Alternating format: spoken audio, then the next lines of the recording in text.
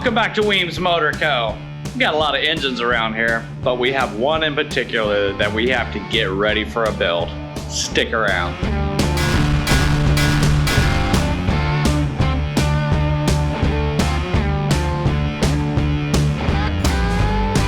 If you were with us on our last episode, you saw us pull this cool unit chopper out of our storage unit, and we pulled it out for one particular reason, because the engine is going to be a donor for our next build.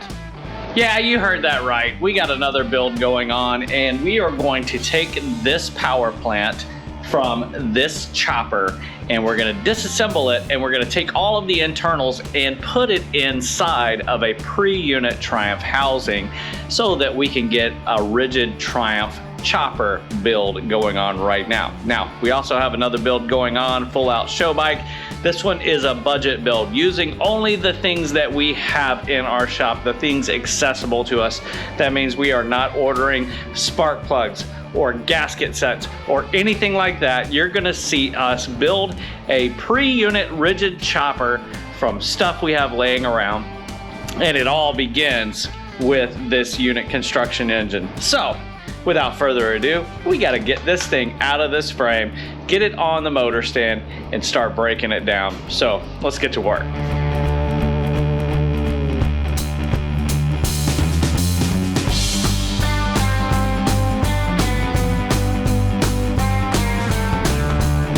Whew, boy, I tell you what, after working on pre-units for so long, you tend to forget exactly how heavy these unit construction engines with the gearbox built into it and the head and the crank and all of that stuff inside, how heavy that is. Well, we got it out. Now we need to be up on the stand and then begin disassembling this, what I assume to be a 1971. And the reason being is on these rocker boxes, they only did this for a couple years, 71 and early 72. They had this little plug at the end of the rocker box, and that was so you could undo that plug and you could adjust your valves pretty easily. It's like a straight in shot. Cool design, but by the end of 72, they had transitioned over to a 750cc, redesigned the whole rocker box. They got rid of the two individual caps and made a big oval looking thing. So they only ran these rocker boxes for about a year and a half, so that tells me sometime between 71 and early 72. Enough talking, enough nerd stuff. Let's get this thing done.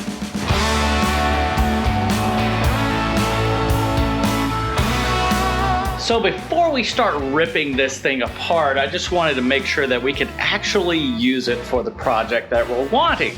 So with this particular engine, somebody had restamped the serial number on the engine cases, and I knew that it wasn't the correct font. And I mean, they used a legitimate serial number, which was dated for March of 1970, but those rocker boxers kind of threw me for a little loop. And then I started looking around the engine just to make sure that it was not a 70 or later 72 that I couldn't use. So serial numbers on there says 1970, which is conducive to this little breather tube. That was the first year that they did that. However, as I'm looking at the head, the first thing I do notice is these little dowel pins where the rocker boxes go on.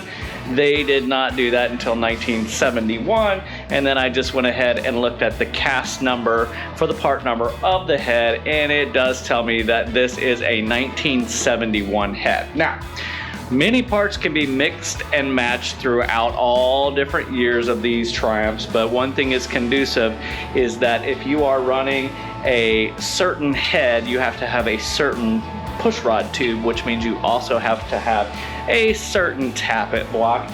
So ideally you want to use the whole top end together because you know that it all fits and it all seals together, right? So looking at that stuff, that tells me that this is a 1971 engine, which is good news because in late 1972, they went to a metric bearing on the crankshaft, which means that crankshaft, if it was a late model, will not fit into per-unit cases. So anything that is 1971 all the way back through 1963 unit construction will go onto per-unit cases. So we got a 71, we know the night, we know it can work. Let's go ahead and rip this top end apart, set it to the side. We'll go ahead and spec those pistons, see if it's been bored or what's going on there. Hopefully we got enough parts laying around the shop that we can get this engine back together. But number one thing, we got to get this top end off, so let's get back to work.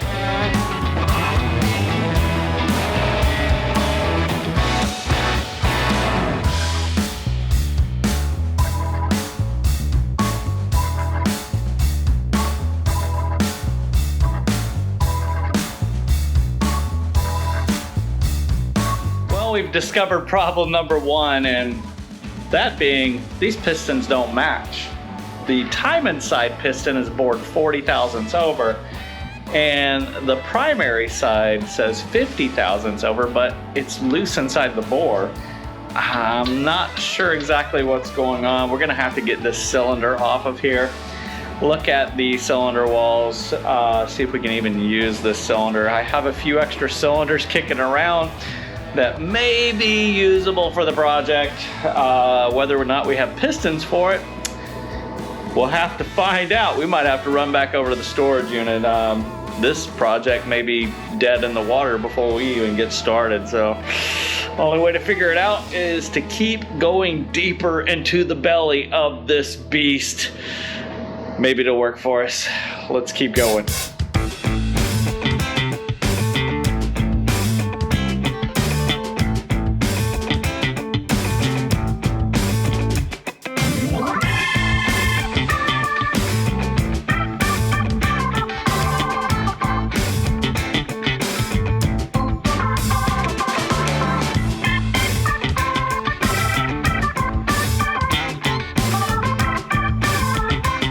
Alright, so we got the cylinders off, went ahead and spec'd them out, and the bore seems to be kind of okay, but it has been bored 40 over, which would mean that one piston was correct.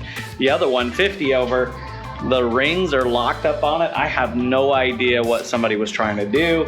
However, I do have another cylinder that's kicking around. It's an old used cylinder. Has a set of pistons. They're dirty and grungy, but I could probably throw them in the bead blaster and clean them up a little bit. But it's bored 30 over, and I think it may be a great candidate for this project. So I'm not gonna hassle too much on this cylinder here. The heads will work. The head will transition over to the new one. So push rod tubes, tappets, all of that stuff, it's good to go. So we're gonna continue getting down into the belly of this 1971 Triumph so that we can get all the way down to the crankshaft, that part that we need. And the good news is it's nice and free. So hopefully there's no damage to it. We're not even gonna change out the bearings on the crank. We're gonna pull it apart, clean everything, and then put it back together. So let's continue getting down to the belly of the beast.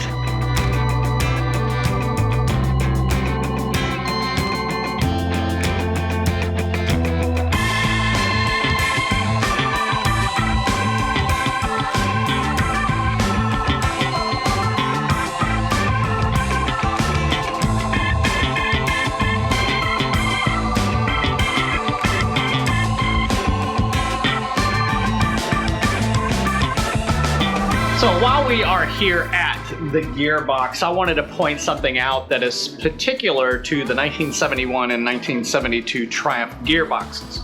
Now, these had the 4-speed transmission. Late 72, they released a very limited amount of 5-speed transmissions, and then in 73, they went to a 5-speed standard. But for these 2 years, this was after BSA had bought out Triumph, and BSA wanted to apply one of their techniques for the gearbox to the Triumph, and it was something that didn't work out very well. Like I said, they only carried it for 2 years, and what that was called the leaf spring transmission. So on the back side of your inner gearbox cover, you had this leaf spring device that would stick out. Now this would index on your cam plate. As it turned, it would index and keep that supposedly in the gear that it needed to be, but these things were notorious for being wore out even after just a little bit of usage. So you could tell right here on that shiny portion that this thing is worn out. Now what a lot of guys did and will now do is they will go back and convert these to the earlier style, which they obviously did in '73. They made it standard going back to the old style, where on the bottom of your cases you still have the aluminum boss, and you can drill a hole there, tap it, and put the original plunger spring style in there that worked way better than this leaf spring. So that's another tattletale sign if you're looking for what year your engine could possibly be. Just flip it over, look at the bottom of the gearbox and see if you have the plunger style. If it's just the aluminum boss there, then you know it's a 71 or a 72. All right, got the gearbox out. Now we're gonna move on to the timing cover. Once we get everything here, then we could split the engine cases and retrieve the heart of the beast, the crankshaft. So let's get this timing cover off. Let's get these cam gears off.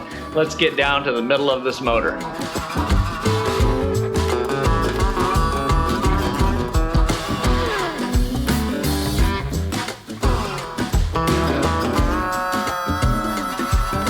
Public service announcement time.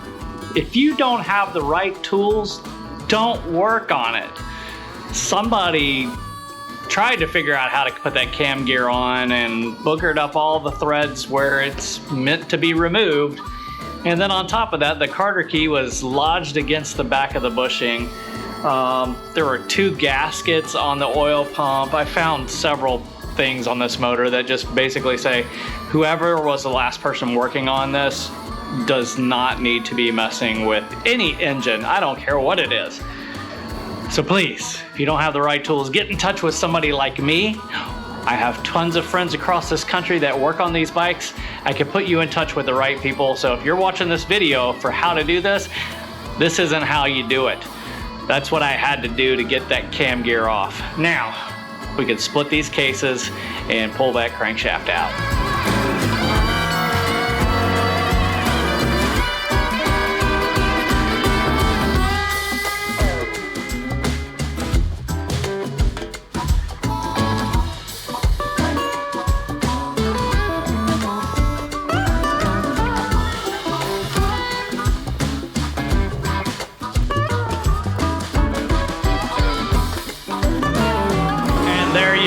Folks, the heart of the beast, and that beast had been abused.